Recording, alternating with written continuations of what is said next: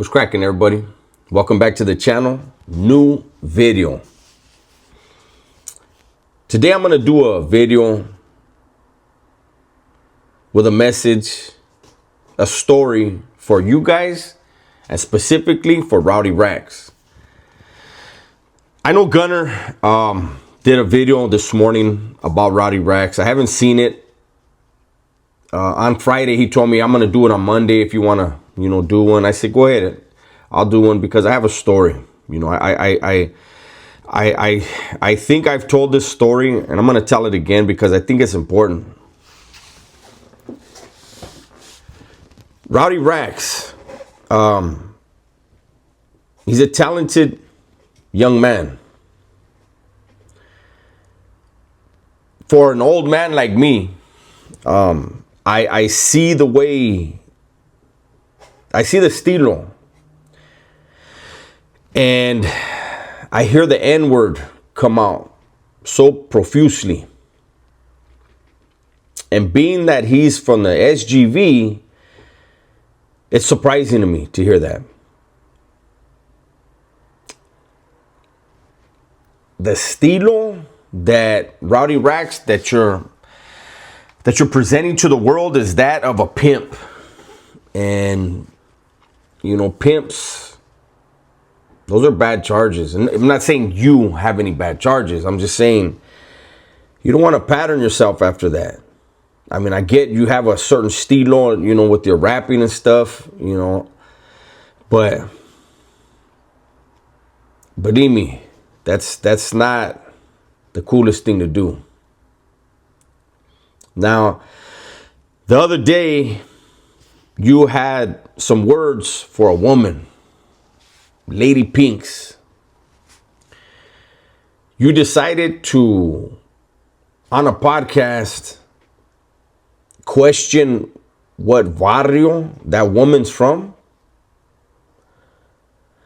And you made a statement that you are from Puente. I know a grip of dudes from Puente. I know a grip of dudes from the SCV. I was born in the SCV, right? I've never, ever, not once, heard anybody from Puente or the SGV use the N-word.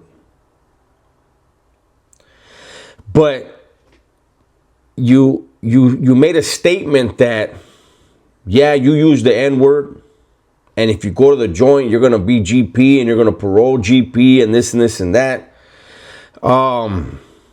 Be careful. That's to some people's ears in there, and I'm telling you from experience. To some people's ears in there, you've issued a challenge. That you can do whatever you want, say whatever you want, carry yourself however you want, and nobody can say anything about it. And that would be one of the dumbest things that a person can do. Think they're bigger than the program. Now, I'm going to tell you a story. I'm going to tell everybody a story. I'm almost positive I told this story before, but hearing Rowdy Rax, I said, let me tell the story again. I got busted in 1993. I hit reception in 1994. By the time I was done with reception, I hit New Folsom Beef Facility, February of 1994. February of 1995, I still had the YA mentality. I was a knucklehead. In my mind, we're going to do whatever we're going to do. It's rock and roll time, the whole thing, man. And I remember being on the yard, and I was still new to the yard, and I'm standing with a group of homies, and we're bullshitting. And then I see this vato walking towards us. And he's probably in his 30s. And, vatos used to get these little baggies made. The paisas used to make them, and you slide your ID into them. And they'd be on like the loop of your pants, right? Well, he had one, and he comes walking up.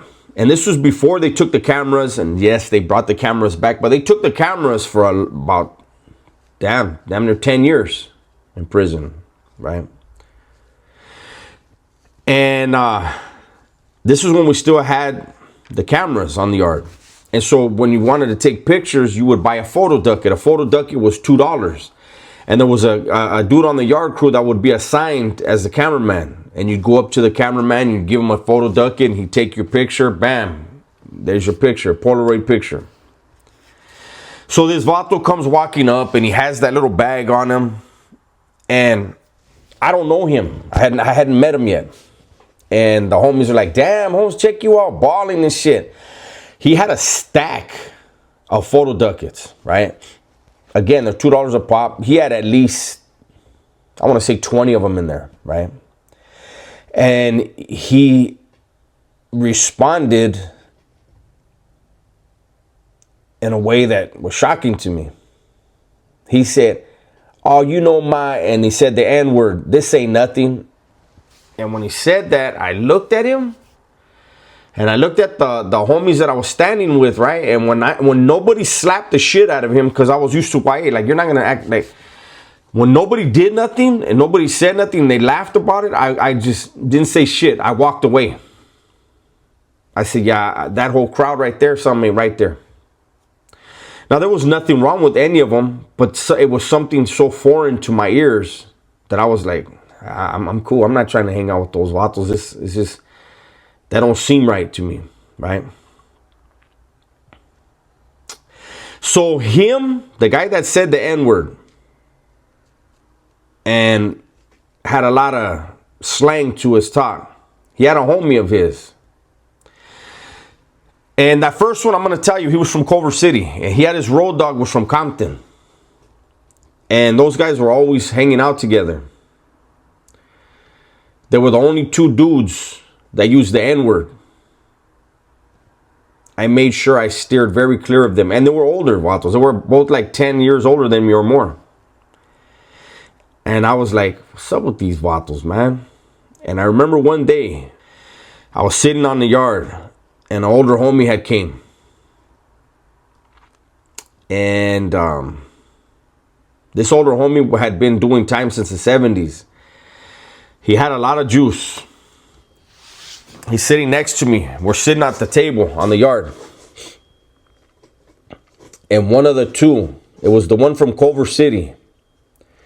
He walked by in front of the table that me and the older homie were sitting at. And, you know, he was doing his swagger, slang talk. And he used the N-word. And the older homie, without hesitation, without thought, spoke a thought. And I know he didn't mean to speak it. But he got a look in his eyes of hatred. And he's looking at him and he said, that motherfucker's through. And I looked at him. Because I saw when I heard how he was talking, that's when I looked at him and I saw that hatred in his eyes. And I just looked back at the vato, and that's when he said, that motherfucker's through. And I looked at him and he looked at me like, did he hear me? You know, like, fuck, I said it out loud. And I said, all right, homie, I'll catch you later. I'm going to go do something. And he said, all right. Within 6 months, that older homie had the vato from Compton hit. And then the vato from Culver City. Both green lighted. Couldn't fix it. The one from Compton actually got whacked. Went to his cell, patched himself up, came back out. And got hit again.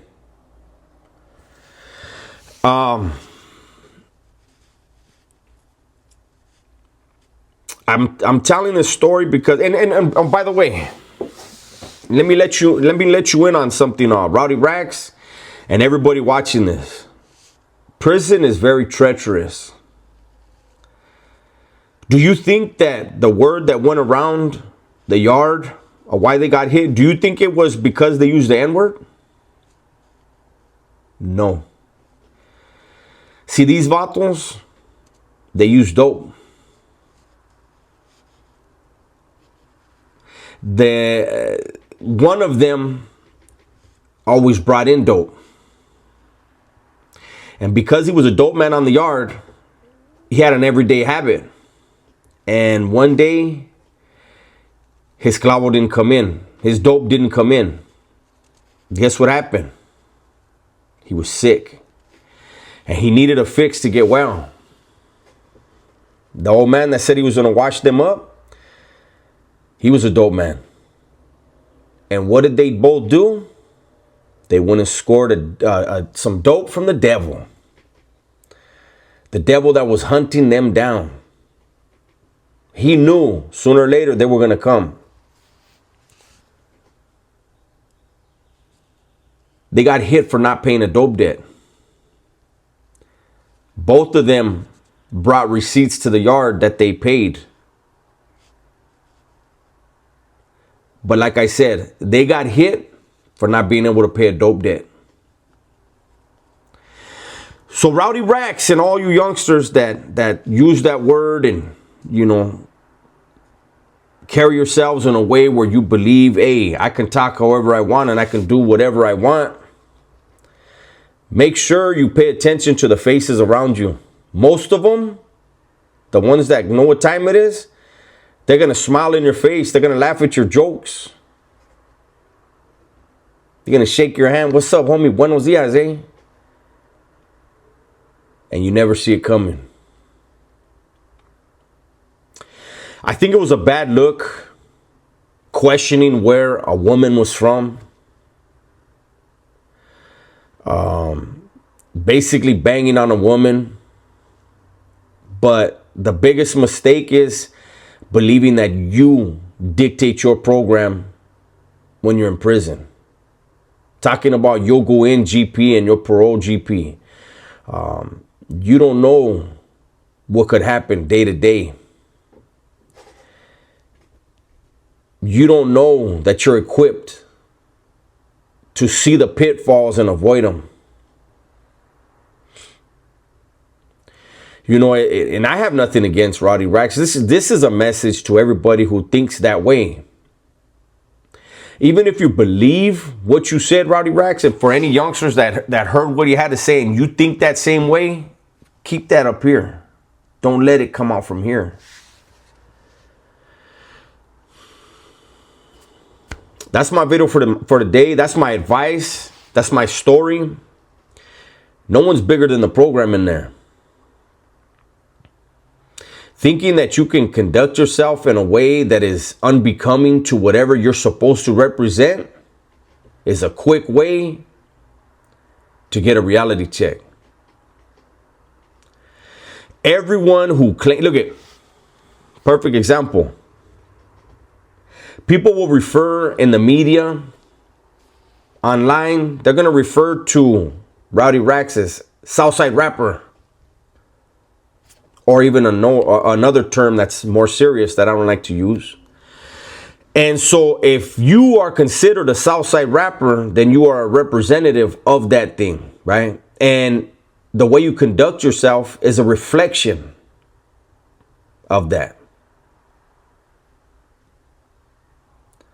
I know a lot of things have changed in the system, but I know the important things haven't.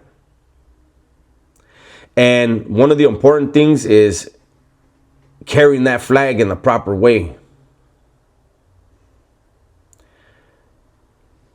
Talking like a pimp, using the N-word, sagging. Those aren't really considered the proper way. But, I'm a square, Holmes. I've been out of prison almost 8 years. I have nothing to do with that lifestyle.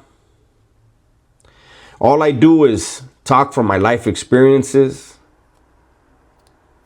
And, I did a few decades. And I'm just trying to help. It's my video for today, man. Hopefully you guys enjoyed it. Everybody, please be safe, be smart, and tell the ones you love that you love them. I'm out of here.